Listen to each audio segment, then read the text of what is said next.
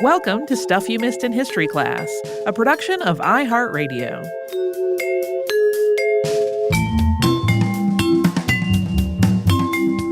Hello and welcome to the podcast. I'm Holly Fry. And I'm Tracy V. Wilson.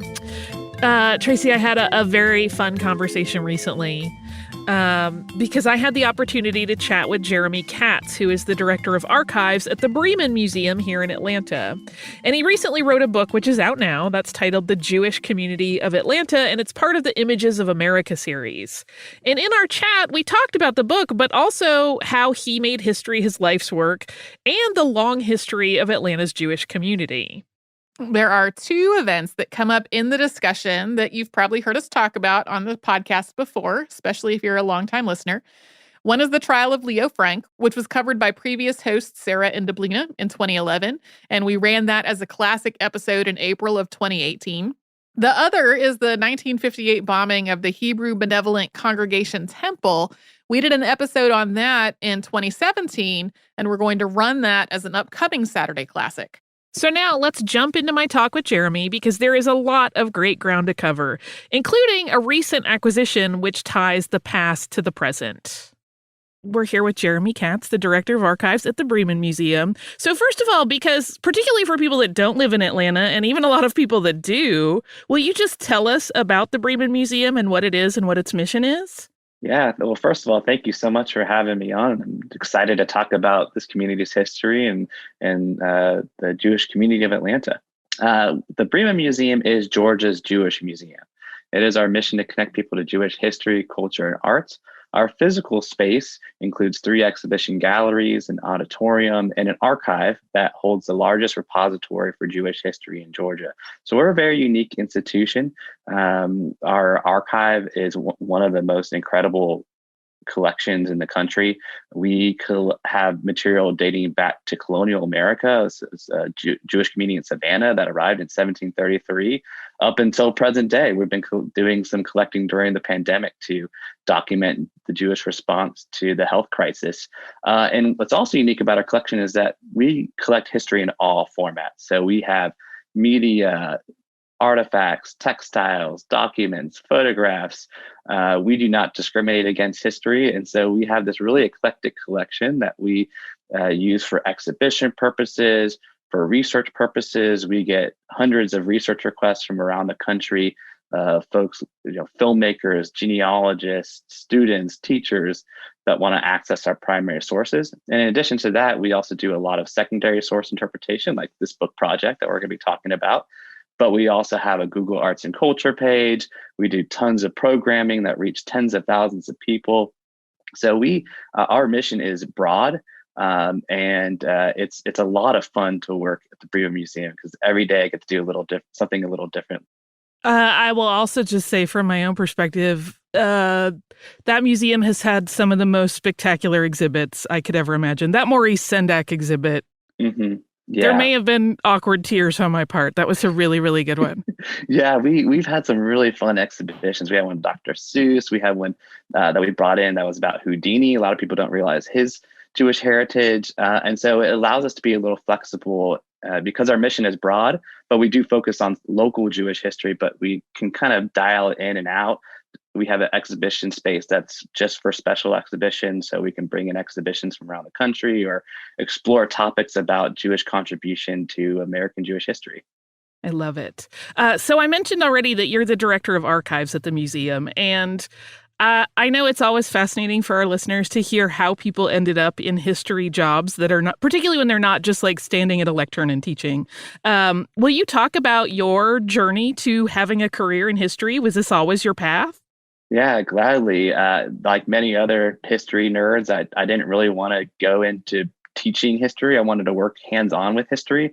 And I honestly fell into this career path. I was an undeclared major entering college. I only took a history class because my friends on my dorm floor were also taking a history class. And I was like, sure, I'll join you all. And I ended up absolutely loving it. And I got the highest grade of all my friends. So I was like, okay, I guess I have a knack for this. And decided to declare a history major. And at my senior year, I had no idea what I wanted to do with it. Like I said, I didn't want to teach. I wanted to work more hands-on. And so I applied for an internship with the local Jewish community that was putting together an exhibition about Jewish life in Central Ohio. And my part was to research the artifacts and write the labels for the artifacts. And I absolutely love that responsibility. And it led me to look into grad school for museums and archive programs. And I actually ran into my history teacher from high school when I was home for the holidays. And he said, there's this really great program for that at Wright State University, which is in my hometown, Dayton, Ohio. And so I made an appointment to meet with the director of the program, who is also the director of the Special Collections and Archives at Wright State University. And we hit it off. And at the end of the meeting, she said, do you want to hold an original print of the first flight? They have the largest collection of Wright brothers papers at Wright State University. And so she took me back to the vault and she handed me an original print that was developed by Wilbur Orville, the famous print that you see when you look up the Kitty Hawk flights. And as soon as that photograph hit my hands, I was like, yep, this is it. This is definitely what I want to do. I want to work with these primary sources.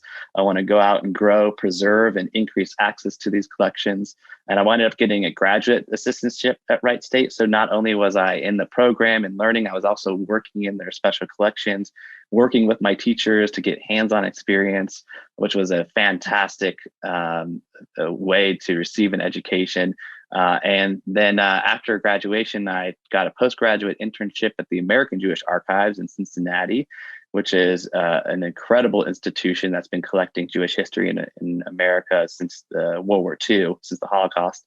They have an incredible collection that spans across the entire country and to colonial America to the present day as well. And then I got the job in Atlanta in 2013. I've been here I just celebrated my 8-year anniversary at the Breman. And it's hard to believe it, but it's been an absolutely incredible experience. When I first moved here, I knew nothing, really next to nothing about Atlanta's Jewish history and Jewish life in the South. And so I've just been a sponge and fascinated by this topic, trying to absorb everything I can. And working with this collection has been just the opportunity of a lifetime. And no shortage of things to sort through and look at and absorb, if that's the case. Oh, yeah. Our archive is vast and there's good job security because there's a whole lot to do, but a lot of fun, too. So that brings us to your book, which is part of the Images of America series, and it is titled The Jewish Community of Atlanta. And I was wondering, how did this book happen? Was this something where they came to you, or did you go to them? How did it all come together? Yeah, so as you all may know, the Images of America series is massive. They've published, I think, close to 10,000 of these books in this production line by Arcadia Publishing. And so Atlanta was a little late to the game. There's been the Jewish community of Savannah, the Jewish community of Chattanooga, all these different Jewish communities from around the country have published Images of America series books. And so Arcadia has been approaching us for years to write this. In the past, we weren't really quite ready yet. We have this extensive photograph collection, but there was so much backlog that it would have been really hard to write this book. We would have had to sift through some really rough inventories to try to find the images that we were looking for to tell this story. But in 2017, we received grant funding to hire a photo archivist who over the course of the next 3 years cataloged 10,000 images. So along the way, we were kind of had this project in the back of our minds, like, oh, look, keep an eye out for really unique pictures that document the Jewish community and its contributions to Atlanta. And so in 2019, we realized we were really ready to take on this project and tell this story. And it really, since day one, since I started at the Breman, I kind of knew that there was a book in the archives, that there was this, as I was going along, and having all these aha moments of like, wow, the Jewish community has contributed disproportionately in so many ways to the city of Atlanta. So many icons, when you think of this city, have pay homage to the Jewish community. And so along the way, I was kind of like had a running list of like, oh, like Coca-Cola was first sold at a Jewish owned pharmacy, and Georgia Tech was started by a Jewish entrepreneur, and like Emory University, like everything that you think of when you think of Atlanta has those connections. And so I kind of had a running list. And so when we finally signed the contract, I basically already had like a first draft. And nice. Yeah, and so we formed like a book review committee made up of board members and lay leaders. It was a very kind of committee, judicious process that we went through it to edit and select images. But it was it's been one of the most rewarding projects that I've worked on in the archives, to see it come to fruition and shine light on this little known subject of Jewish life in Atlanta.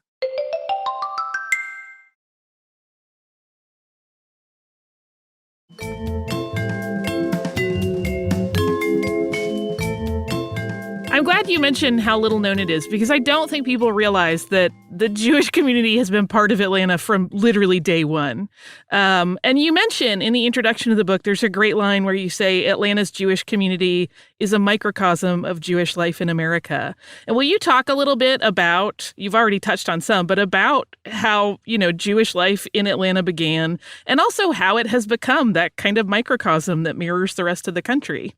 Just like you said, it was day one. When Atlanta was incorporated in 1845, there were already two members of the Jewish community there, Henry Levy and Jacob Haas, that had a business, a dry goods store in the city.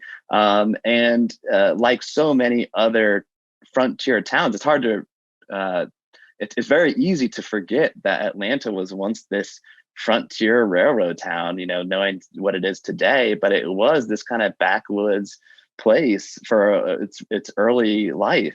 And like so many other frontier towns, the Jewish community began with peddlers that were immigrants that settled in port cities, were given a pack of goods, lent a pack of goods by a supplier, and they would then take those goods door to door. Eventually, they would save up enough money to get a bike or a horse and buggy and spread further out into the countryside. And once they saved up enough money and found a place that was hospitable enough for them, they would then settle down and open a physical store. And that's how the Jewish community got started in Atlanta, and how it got started throughout the rest of the country. And throughout that entire process, they disproportionately contributed to the community. There's this misconception that the Jewish community is homogenous. That's not true at all. There's a lot of diversity within the Jewish community, and that was true in Atlanta and so many other cities throughout the country. You have the Eastern European Jews, the Central European Jews, the Sephardic Jews, Mizrahi Jews that came to Atlanta and made a very diverse tapestry of Jewish life in Atlanta. And oftentimes those communities didn't really get along. So there were kind of oil and water in Atlanta, just like other cities around the country. And also this microcosm in Atlanta, there's some major instances of anti-Semitism, like so many other places around the country have experienced. And that was true in Atlanta as well. There were three major instances of anti-Semitism: the lynching of businessman Leo Frank, the temple bombing during the Civil Rights Movement, and the deliberate expulsion of Jewish students from Emory's Dental School in the 1940s and 1950s.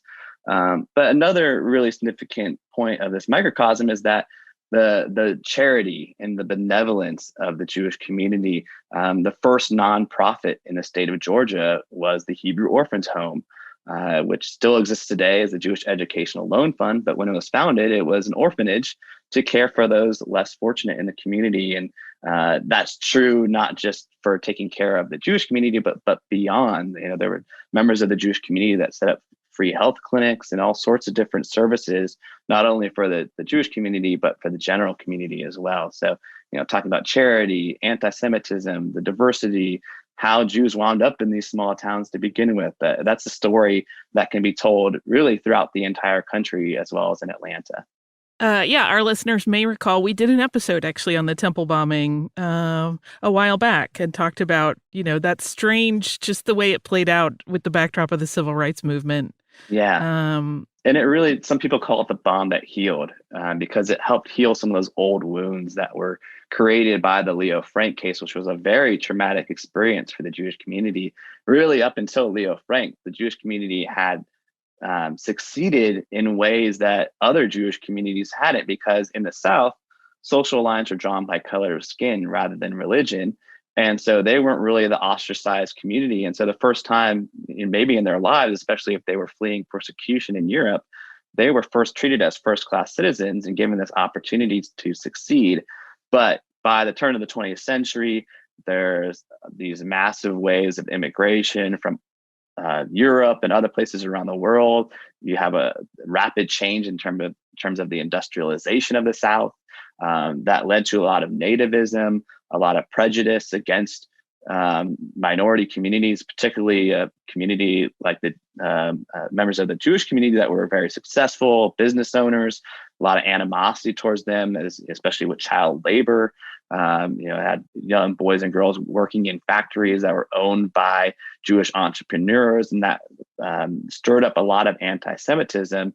And Leo Frank, who was a Jewish businessman, a superintendent of the National Pencil Factory, really became kind of the brunt of this powder keg that exploded when this little girl named Mary Fagan was found dead in the basement of the factory. And he was convicted of the crime, sentenced to death by hanging, went all the way to the United States Supreme Court, where the verdict was upheld 7-2. The two dissenters argued that he didn't get a fair trial because of all the anti-Semitism surrounding it. Actually, those two dissenting arguments are now common law. So if Leo Frank was tried today, I think there would have been a mistrial. And so that had lasting repercussions in terms of the legal landscape of the United States. But even though that verdict was upheld in the Supreme Court, the governor of Georgia, John Slayton, looked at all the evidence and decided to commute Leo Frank's sentence from death by hanging to life in prison. But unfortunately, lynch law was very much so enforced at that time. And a group of very powerful members of the Marietta, which is a suburb of Atlanta where Mary Fagan was from, and other members of the Atlanta community, including a former governor, including a judge, organized this mob to abduct him from prison and lynch him outside of town. And so that was a very traumatic experience for the Jewish community. And a lot of people bookend that with the temple bombing because it was an outpouring of support for the Jewish community following the bombing. You are obviously a font of information, right? I didn't tell you that I was going to ask you about any of that beforehand. And you just have it. So I'm wondering, I know you said you turned in essentially a first draft was ready when you had signed this book deal, but I'm wondering what your research process was like, because I imagine the hard part, as we all know, is editing and taking out the things that just there's not room for. What is that process of building up and paring back like for you on something like this when it is a subject that's so important and obviously that you're passionate about? Yeah, it was a difficult process because there's so much that we could have included in this book. And the Images of America series, they're very strict about how many images you can include and how many pages it can be. I don't know if you've noticed, but all the books are exactly the same length. And so I had to work very hard with our committee.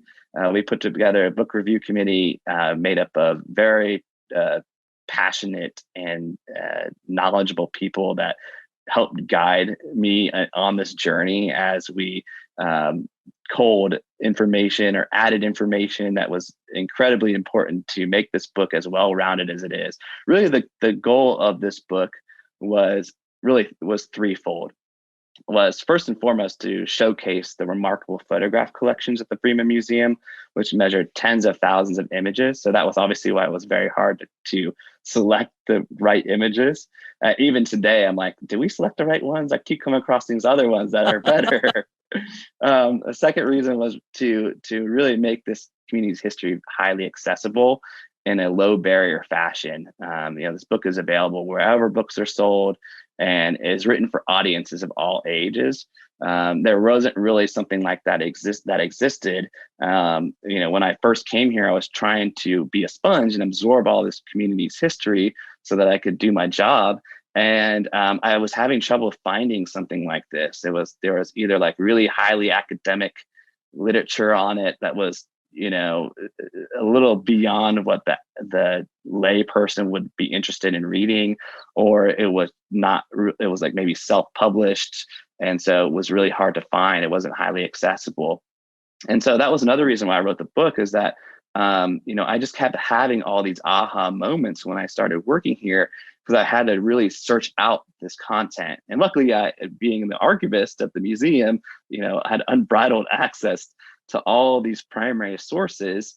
And just through my day-to-day responsibilities of helping people access the archives and process collections and present this information to the public, I just kept coming across all these significant contributions and things that I just hadn't seen anywhere else.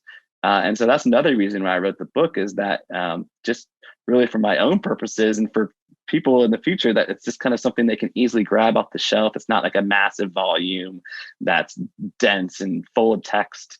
It's very image driven. It's kind of like a 30,000 foot view that, basically anyone with a 4th or 5th grade reading level can pick up and learn something about this community's history in a very visual way.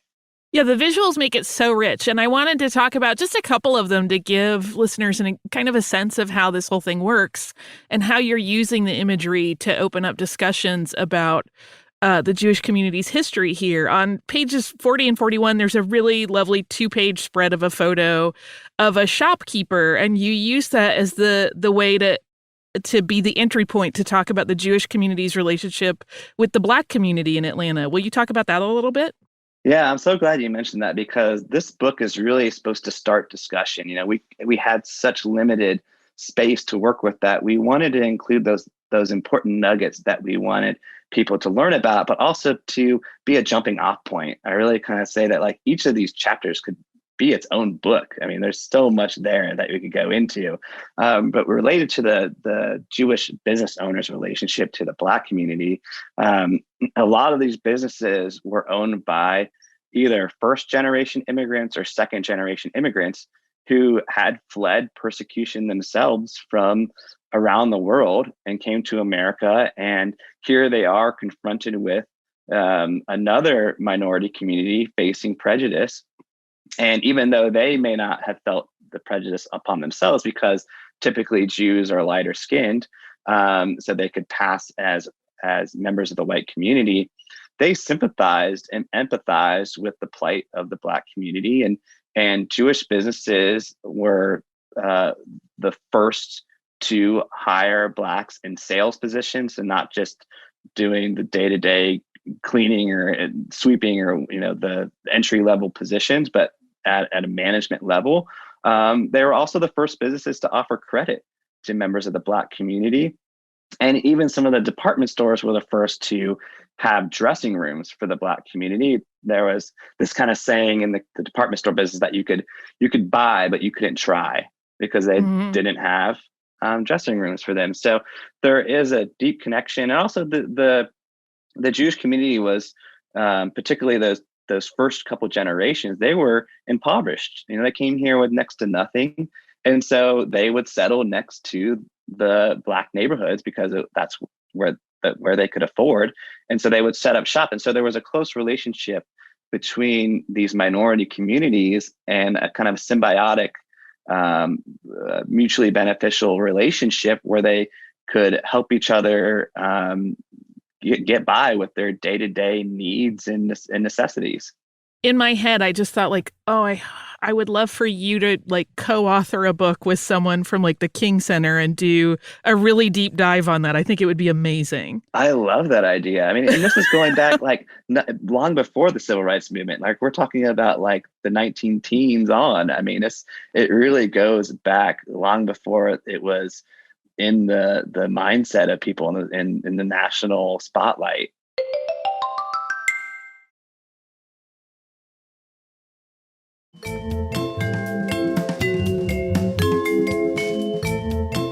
There's also another it's more of a lighthearted topic, but there's a fun picture that really stood out to me when I was reading through this book, and it's on page 61. It's 5 women, and they're all looking very elegant. They have beautiful long gowns on, but they also have these very chic coats with the fur trim, and they look very giggly, and it's snowing, and the caption mentions that they're en route to an event at the Mayfair Club. Will you talk about the Mayfair Club and what it was and how it functioned? Yeah, definitely. That's one of my favorite pictures too. I think it really captures a zeitgeist there of the time. And the Mayfair Club was significant because I mentioned earlier this diversity in the Jewish community and how the Eastern European Jews that came over in the 19 teens didn't exactly jive with the Central European Jews that came over in the late 1800s, because there was a generational gap, there was an economic gap, there was a religiosity gap. And so they formed their own congregations, they formed their own social clubs. If you've seen The Last Night at Ballyhoo, by Alfred Urey, the award-winning playwright. He's the only person to have won the Triple Crown, which is the Tony, the Academy Award, and the Pulitzer. He wrote this trilogy about Atlanta's Jewish history that Drive Miss Daisy. People are very familiar with that, the Academy Award-winning film that started as a Broadway play. His other two plays that are part of this trilogy are The Last Night at Ballyhoo, which is about this division in the community of a member of the German Jewish community inviting a member of the Eastern European Jewish community to this dance called Ballyhoo, and the whole intra-ethnic prejudices between these two communities coming out. But the third one was about the Leo Frank case called Parade. And so the Mayfair Club existed kind of in between this division. So there was a standard club, which was for the Central European German-speaking Jews, and there was the Jewish Progressive Club, which was for the Eastern European Yiddish-speaking Jews. But the Mayfair Club kind of occupied this rare space in this deeply divided Jewish community. And at the time of its founding in 1930, so that picture is actually from their founding. That was their first event at the Biltmore. At that time, I mean, this Jewish community was essentially segregated. We have this incredible population study that was done a little bit later in the 1940s. It perfectly illustrates this division because you can see one grouping of enclave of the Jewish community north of Ponce de Leon Avenue, which is a major thoroughfare in Atlanta, and another enclave south of Ponce de Leon Avenue. And that was kind of the dividing line, was Ponce de Leon Avenue. But by the time that the Holocaust and the birth of the state of Israel, but even before that, the Mayfair Club was founded in the 30s, we start to see, especially when it comes to the second generation, the third generation members of the community, it starts to homogenize. Not only are they becoming more Americanized, so they don't have these kind of traditional roots in Europe that they're reflecting on. It's more of these American values, and also starting to focus on their shared Jewish values, particularly after the Holocaust. That obviously was a traumatic experience for the Jewish community, and they realized, we have a lot more in common that we have in differences. And also the founding of the state of Israel was a huge rallying call for the Jewish community to come together and work together to support Jews in the community and around the world. So the Mayfair Club was kind of the first semblance of this homogenization in the Jewish community of Atlanta. What do you think, if you could pare it down, and I know you've talked about several of the kind of key events of Jewish history in Atlanta, but what do you think are two or three of the most important things for people to know about Atlanta's Jewish history, potentially if they want to learn more, like where are the entry points that are best? Yeah, this is something I've been thinking about, and I didn't include this in the book because I didn't I've just been thinking about this recently, but I can kind of frame Atlanta's Jewish history by three booms and three busts. The three booms being following Reconstruction. That's when we have the first glass of Coca-Cola sold at Jacob's Pharmacy, the first nonprofit in the state of Georgia founded, the first congregations founded, all Jews being involved in the Chamber of Commerce and all sorts of different political, social, economic things in Atlanta. The second boom being after the Civil Rights Movement and integration. That's when we get a proliferation of Jewish congregations, and we get the first Jewish summer camps and the first Jewish day schools and a home for the aged. A massive boom in the Jewish population at that time.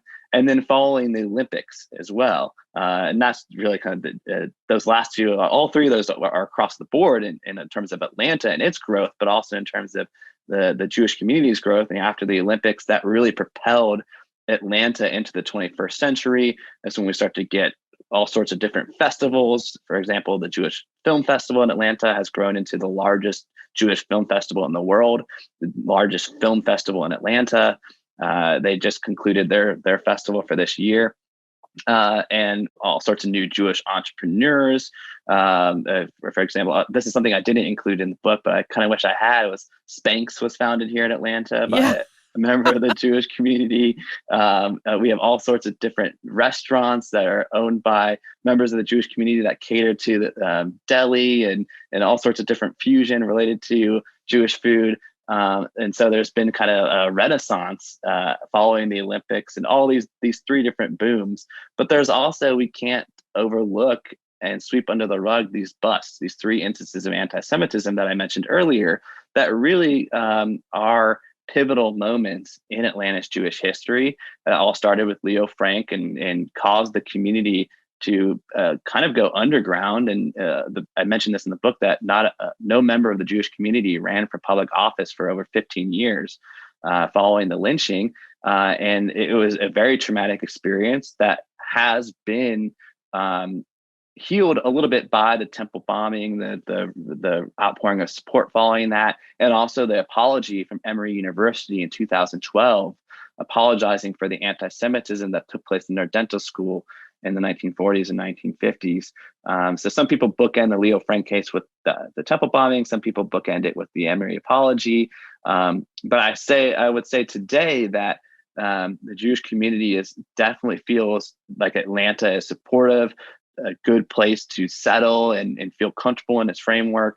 The fact that my book has been out for literally just a matter of months and it's already outdated because of John Ossoff's historic victory, becoming the first Jewish senator from the state of Georgia, that my book is already outdated, but I think it's so indicative of the contributions that Jews are making every day to this city. So there's a lot of different entry points into the Jewish community's history in Atlanta. It just depends on what you're interested in. If you want to focus on the diversity, if you want to focus on the instances of anti-Semitism, the contributions, the massive contributions that Jews have made to the city, and to think of the Breman Museum as a resource.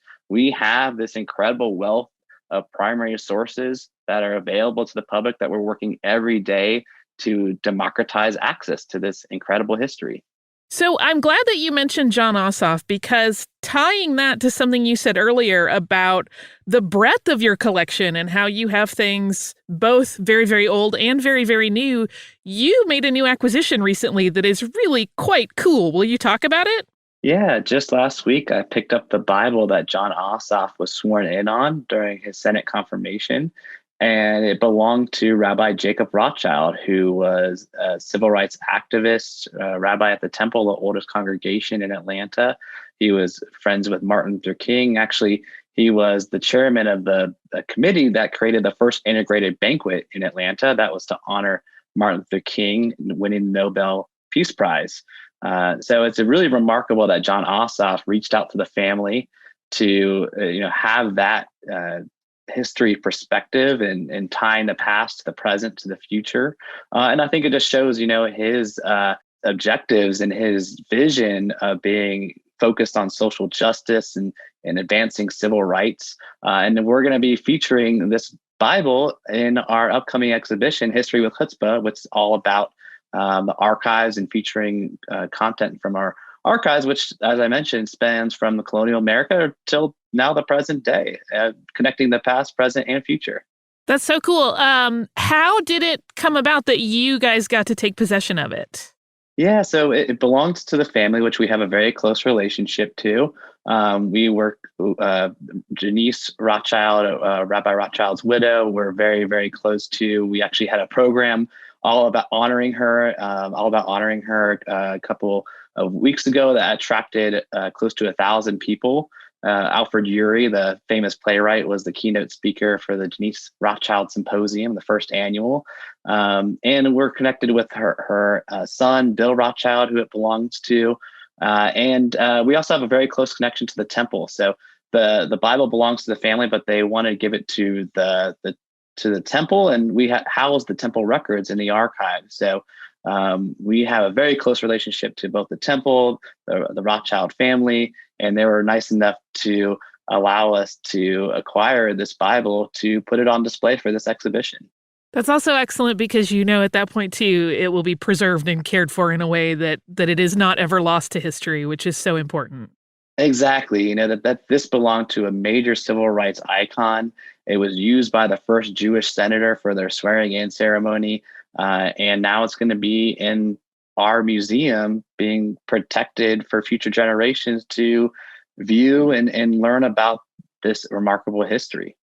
Since you do work as an archivist and you've talked about how much you have really made an effort to just take in every piece of information possible, I know you had already spent a lot of time on all of this before you worked on the book, but were there any surprises that popped up while you were actually prepping the book for publication? Were you like, I did not know about this?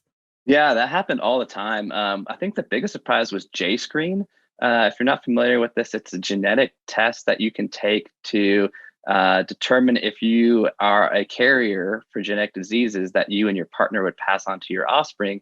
And this is something that I did myself. My wife and I did this testing, and I had no idea that it was founded in Atlanta by members of the Jewish community and founded by the Marcus Foundation and partnered up with Emory University. And this test is available throughout the entire country for $100, which is, for something of this nature is incredible that they were able to offer this service. But I'd say that probably the biggest surprise was the pandemic. I was not, that hit like 3 months before the book was due. And it was certainly a challenge to work in a pandemic and try to write this book. I'd say there was a silver lining. The fact that I was had a lot more time at home meant that I had a lot more time to write the book. When I'm in the office, I get distracted with researchers and coworkers coming in to ask me about all sorts of different questions. But the biggest challenge was that, our doors were closed to the public. I had access to the archives, but it was a very uncertain time. And so I had to kind of like make a running list of images that I wanted to go into the archives and scan or find, and kind of pick a day and plan my day out to go into the archives and literally just search for images all day because my time was so limited in the archives. So the pandemic certainly threw a curveball. The book doesn't include the pandemic because it was just so new. It was only the book was due in June. The final draft was due in June. The pandemic hit in March. So it was just too fresh to talk about in the book. So the book really covers up until the end of 2019. But there were a number of occasions where I was just blown away. I mean, throughout my entire career, as I was coming across all these different contributions. I mean, we're talking about Coca-Cola, Georgia Tech, Henry Grady Hospital, Emory University, the Atlanta Braves, the High Museum of Art, WABE, Atlanta's NPR station, the Georgia Aquarium, Mercedes-Benz Stadium. I mean, these are all icons of Atlanta that pay homage to the Jewish community. So, not just from the book writing experience, just from my experience working in the archives and coming across this and being like, why hasn't this already been written about somewhere? Right. I mean, this is such incredible contributions that shaped this city. And so it's been a long haul, but there have been a lot of surprises along the way. This might replicate your answer regarding the pandemic being a surprise, but was that the hardest aspect of working on this project, or was there something else that was difficult?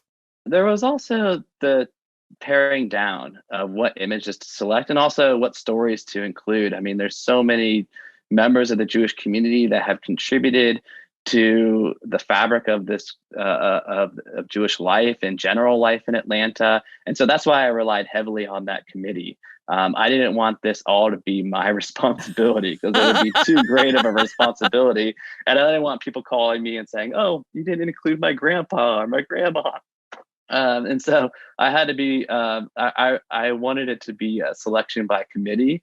So I could defer to them as like, oh, we have, we only have space for one of these two stories. And I would defer to them as kind of a vote by committee and say, which story do you think is really important to include in the book? And I really think that, like I said, that this book is a jumping off point. I mentioned in the acknowledgement that this is not every single story that about Jewish life in Atlanta.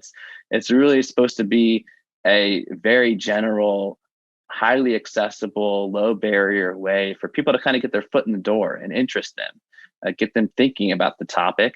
And if they're interested in learning more, come to us, come to the Breman Museum as a resource, speak to Emory University's Jewish Studies programs. There's so many other places and resources where they can learn more about this topic. And then to close out, because I always like to end on an up note, what was the most fun part of this project? Well, I will say I'll zoom out a little bit, because this book project is part of a larger initiative to democratize access to our archives. So in addition to writing the book, we also published a Google Arts and Culture page. We soft launched that in May. We're doing a hard launch next month with an Atlanta rollout page. It's going to feature dozens of cultural arts institutions in Atlanta. It features hundreds of objects from our collection and online exhibitions. Really cool platform that's highly accessible and easy to navigate, very intuitive. We also overhauled our entire collection catalog system to the industry leading content management systems that put the museum on par with Yale University and Georgia Tech and the University of Georgia and all these leading archival institutions around the country. In some cases, we're even industry leading. We've done some really cool things that only us and Yale University have done, which is with our oral history collection, which has been a lot of fun to work on. We also hold a number of programmatic series. We just concluded a 6-week series all about Atlanta's Jewish history, where we talked with experts in the field on each week. We focused on a different topic and invited those experts on those topics to come and talk about them in great detail. And that reached over 1,000 people. We've done 3 or 4 of these series throughout the pandemic and reached thousands of people. And we're also in the process of putting together a whole exhibition called History with Chutzpah, Stories Told and Untold. All of this content is coming from our archives for this big 25-year anniversary of the Breman Museum, and it's really highlighting our archival collection. And so this book is part of a larger scheme to make our history more visible, to highlight it, to and share it with the community, so that we think that is a way for people to connect with this community. That is a very highly transient population. Over 80% of the Jewish population in Atlanta was not born here. And over 50% of those people are not affiliated with any Jewish organization. So we are working hard to connect these people that are unaffiliated, that are not born in Atlanta. I was one of those people when I first moved here, and I found it hard to connect with the community at first. It took a while for me to find my footing. And so projects like the book and Google Arts and Culture and making our collection more accessible to researchers through our collection catalog overhaul or public exhibitions, it's a multi-pronged approach that stems back to our strategic plan to make our contents of our history and our archives more accessible than ever before. So the book was a lot of fun to work on, but I get to work on so many other fun things every day to make this history accessible and use the latest technology and work with colleagues across the state and across the country to really bring this history and make it more accessible, more searchable than ever before. I love it. And lastly, where can people go to find more info about the Breman Museum? Yeah, go to thebreman.org. You can check out our Google Arts and Culture page, buy our book. It's available wherever books are sold. And feel free to contact me. Find my information on our website. I'm always happy to talk to people about our history, share links to where you can find all this information, and think of me as a resource, and then Breman Museum as a resource. Careful what you wish for, Jeremy. I know. Yeah. Thank you so much for spending this time with me. I really appreciate it. Thank you. No, gosh, it's my pleasure. Thanks for highlighting the book and the Breman Museum. And it's been such a pleasure talking to you. Many, many thanks to Jeremy Katz for spending time with us, and to the Breman Museum, which you can find at the Breman, that's BREMAN.org. They have a lot of great resources online, including if you want help with genealogy research, there is a whole little hookup there. The book, once again, is The Jewish Community of Atlanta, which is part of the Images of America series. Do you have some listener mail for us to wrap up today's episode? I do. I know I sometimes get I get into listener mail, repeat ruts, because I will get a lot of mail about something, and it's sort of exciting to me that people are learning about a thing for the first time. This is from our listener, Karin, who writes, "Hello, and thank you. Thank you for the wonderful history lessons you've created for your listeners all these years. My hour-long commute to work is much more tolerable because I have your insight into all kinds of stories to keep me company." She writes, "I finally found a reason to write you. Sidebar, you can write us for any reason, just to say hi. I listened to the Isadora Duncan episode and freely admit I had never heard of her demise. Her life and work, yes, but not her death. I'm a theater historian and college professor, yes, a PhD in theater history. Also, sidebar, thank you for being an educator. And knew of Duncan from her connections to Konstantin Stanislavski and George Bernard Shaw. They talk about her being an inspiration. Yet I never knew of her tragic end, or even that she was American. So much more for me to learn." And then she gives some interesting suggestions for the show, as well as sending pictures of her cats, which I love. She writes, "I really look forward to your shows and have learned so much. I'm also appreciative of your approaches and methodologies to history, especially that you highlight bias and privilege where they have clearly shaped our collective understanding of events. Keep doing what you do. Best, Karin." Thank you so much for your beautiful kitty pictures. They're so precious. But I also just, it's always thrilling to me in a way to realize that we have accidentally filled a gap. Because as I said in my intro to those episodes, I feel like a lot of people know the shorthand of Isadora Duncan as she died in this horrific way, but they don't know much about her work. So it's interesting to me to get the opposite perspective of, oh, I knew all about her work. I did not know about that end or that she was American, which is just cool. So Yeah.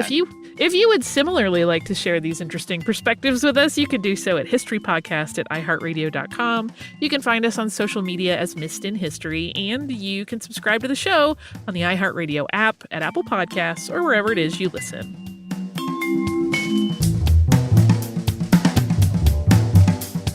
Stuff You Missed in History Class is a production of iHeartRadio. For more podcasts from iHeartRadio, visit the iHeartRadio app, Apple Podcasts, or wherever you listen to your favorite shows.